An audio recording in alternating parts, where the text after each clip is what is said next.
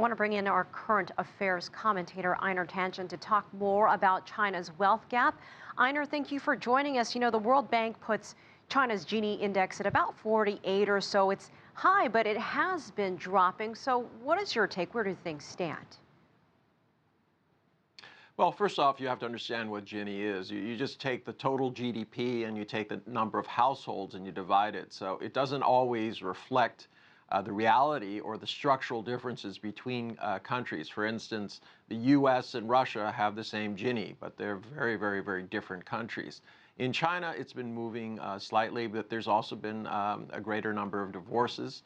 That, in theory, should have worked against it.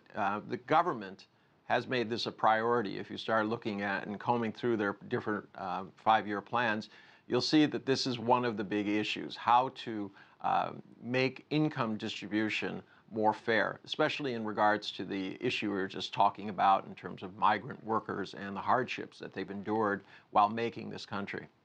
Some reports actually show China has the worst income gap in the world. Why is that, and what are some of those contributing factors? Well, actually, China doesn't have the worst income gap. I mean, there are worse ones out there, but it's a large country. It trails Brazil, for example. But if you sit down and take a look at the map of the world in the Gini index, what you would see is that developing countries, especially resource-rich countries, are the ones that have the biggest Gini problems. In China's particular case, what you had was an economy where everything was owned by the government 35 years ago. And then there's been this transition to private property and business. So you've kind of had this boomtown era where people have gotten rich, other people have not, and been left behind. But what you do see here, which is different from the Wild West of days of yore or the robber baron period in the U.S., is that the government is taking affirmative steps to handle this, hukou reform, getting rid of corruption, trying to crack down on gray income. These are all important issues in terms of combating this. So 2020 is the target year to have a lot of this underway to show that progress has been made in narrowing that gap. Do you think that's achievable? We're now just 3 years away.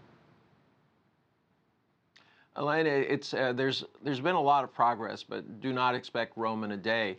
This is a situation that's going to take quite a while. There is an incentive. I mean, I follow the money.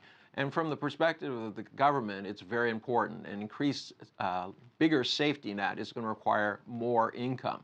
Cracking down on gray market income and corruption both adds to it prevents state assets from being dribbled away, but it also increases revenues on a regular basis to these municipalities, which will have to support these new safety nets that will handle the situation with people who are retiring, especially low-income migrants who are going back to their villages. All right, Einar Tangen, as always, we appreciate your insight. Thanks for joining us.